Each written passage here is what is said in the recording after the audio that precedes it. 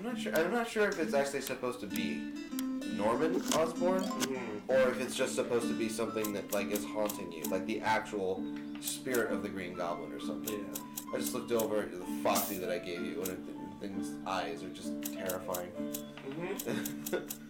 I gave Joey a Five Nights at Freddy's Nightmare Foxy for Christmas. That's a FNAF 4 Foxy. And it looks terrifying.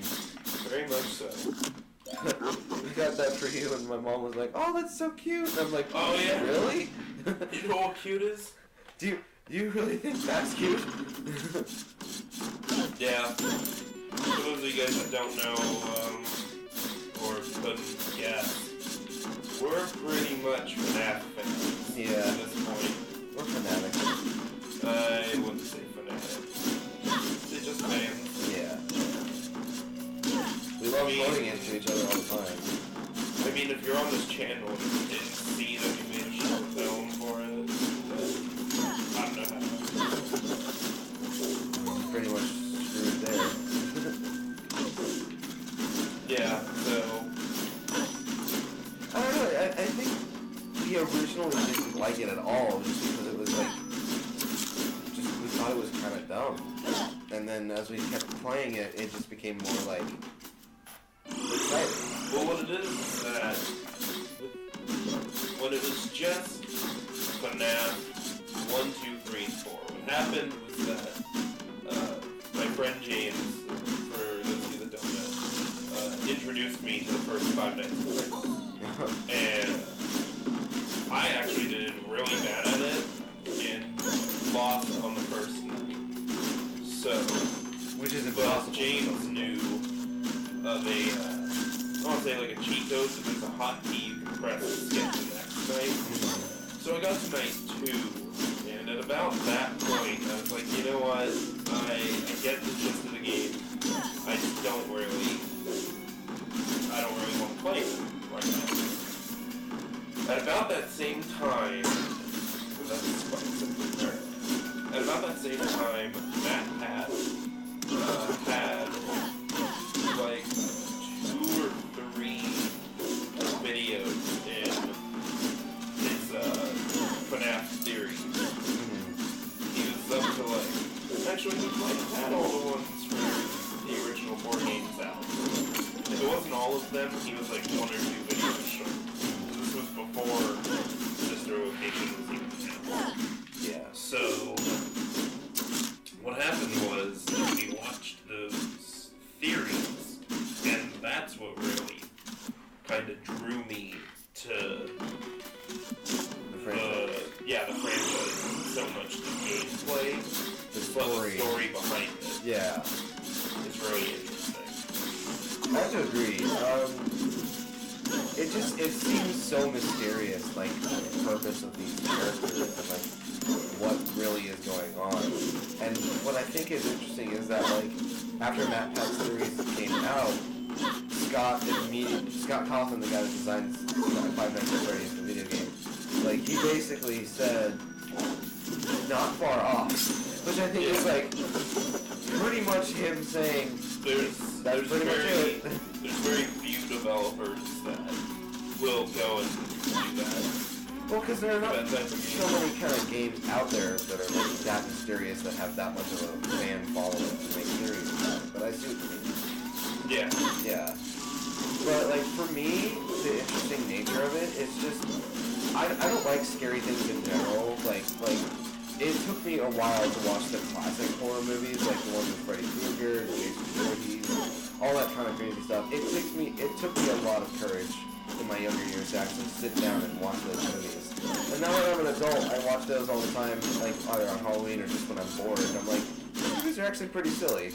Yeah. But like Five Nights at Freddy's is different for me because it's like it's a weird response because that's why I think roller coaster sort of thing is because scientifically speaking, some people like the thrill of being scared because their adrenaline pumps through their body. And I think that kind of is what the purpose of the Five Nights at Freddy's games are, is to give you a good thrill. So that's partially why I think I enjoy it, because I like roller coasters, and I like going on a lot of scary things. I like doing a lot of scary things. But like, FNAF is different for me because it's like, I don't know, it's like, it almost feels realistic to the point where it really like, could be a thing. Like, I work... No, I can't look at a Chuck E. Cheese. I was literally just gonna say Chuck E. Cheese. Like, yeah, you work like right next. I work at a place that's like right next to a Chuck E. Cheese, and I work nights, so when I go home, I have to walk from the place that I work at to basically to like my car, where the Chuck E. Cheese is right next to in the parking lot, and the curtain is always open. In fact, it's gone now. There's no curtain anymore. So you just always see Chucky, and he's just sitting there, and his eyes are open, like all the time. They're not closed anymore. Oh, were they closed last time we left? They were closed when we were. Oh, then maybe they just forgot to fix that. But yeah, no. But that's not something I don't want to worry about. I'm not gonna be able to do this with my face. Oh, really? Never mind. Oh, nice, dude. But yeah, no. Like, I was never scared of Chuck E. Cheese as a kid, and I honestly, until I watched MatPat's video, I was never really that terrified of the idea of killer animatronics. But like, yeah. I had known about Five Nights at Freddy's before, like when it first came out, everyone was talking about it, and I was like, I don't know what this is, it's interesting, but I don't know. And then one of my friends was like, I don't know, I'm not into it, I just think it's a very stupid and silly concept. I mean, it is. Yeah, but I never actually had sat down to play it until I came over to play it with you and James. Yeah. So, but it fascinated me. Even like you said, what sold you on it was watching the MatPat theories on Game Theory. But for me, that was also the selling point. Is that like there's so much of a following by the fans for this franchise that it's like, yeah, their theories are not that far off from what we actually believe. And now you and I come up with theories all the time when we actually play like the games ourselves, or when we watch people play Sister Location. But I just think that that's so cool that that's something that can be discussed openly. Yeah. Like when a game does something like that. I just think it's so great. What I was gonna say was, and me and James have talked about this before, is Five Nights at Freddy's was very much like a social experiment, kind of, or psychological experiment, because it tests you, it forces you into a situation that's testing your psyche, because you're trapped in a place where you can't move. All you can do is look around, and you're helpless. Yeah, it gives you the feeling of claustrophobia. Not just that, but it's a feeling of being completely helpless and being unable to defend yourself against the unknown. And that's one of the biggest fears of mankind, is the fear of the unknown. Yeah, I've kind of boiled it down to two things that people have as a universal fear. It's the fear of the unknown and the fear of loud noises. Oh, and Five Nights at Freddy's excels at both of those things. Yeah. Now, granted, any game after the first one doesn't really have as loud of noise as the first game. Yeah. I might be wrong. The ambiance is what makes it more unsettling. I might be wrong about that because I haven't played the second, third, or fourth game in a while. But I think the first game's jump scares are the loudest. Mm-hmm. Not even Sister Location's jump scares are that loud. They're a lot more tame compared to the rest of the games in the series. Yeah. So, well, because I think Scott didn't want Sister Location to be as frightening a game. He wanted it to be more psychological.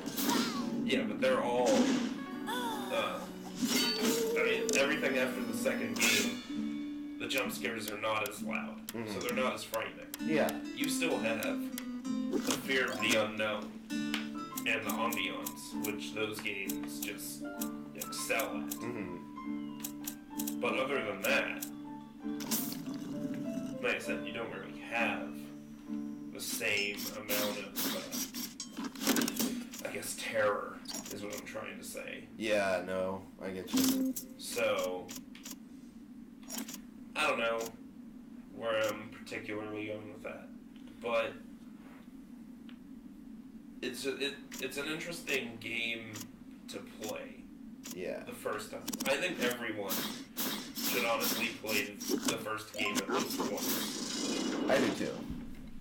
And that's coming from someone that does get terrified of the game. I am scared of them.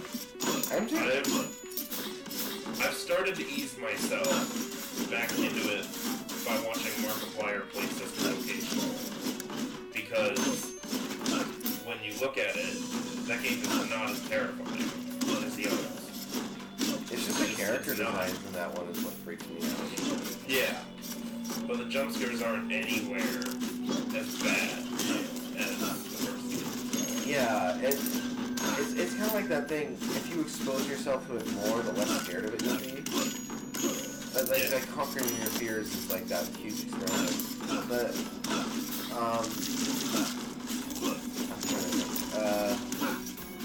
perfect example. When I was a kid, I watched the Beetlejuice cartoon like, all the time, and I'm sure I still do this, but I don't think I told it on the show.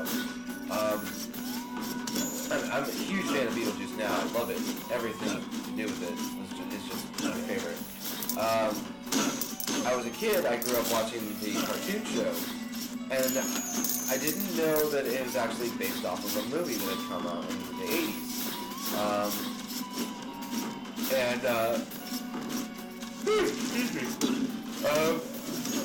Disney Channel, it was around Halloween time, I was in 4th grade. Disney Channel was notorious for, like, airing movies that, like, either were original specials that they made by the Disney Channel, or, like, they were airing movies that, like, other companies just gave them permission to, like, promote on their show. Yeah. Or on the channel, I should say. But, anyway, they were like, oh, this movie Beetlejuice is going to be coming out on Friday. Like, we're going to be airing the movie Beetlejuice. And I'm like, oh, that's cool. I didn't know they made a movie for it.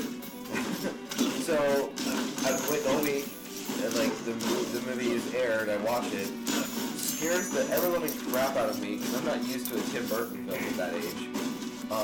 Scares the ever-loving crap out of me. Didn't sleep at all that night. And,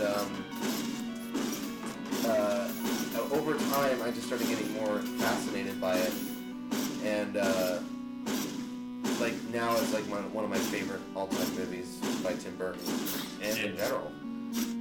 But it's like the more exposure I got to it, the more interested I got, and like the more I became to love it as a movie.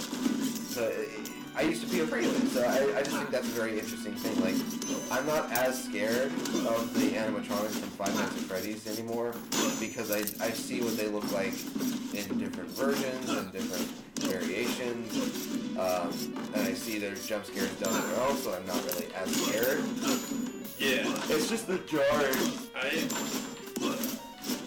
It's just the initial jump that it gives when me. I first started, or when I would first watch you guys play, there were times where I just wouldn't even look at the screen. Yeah, and exactly. I think it was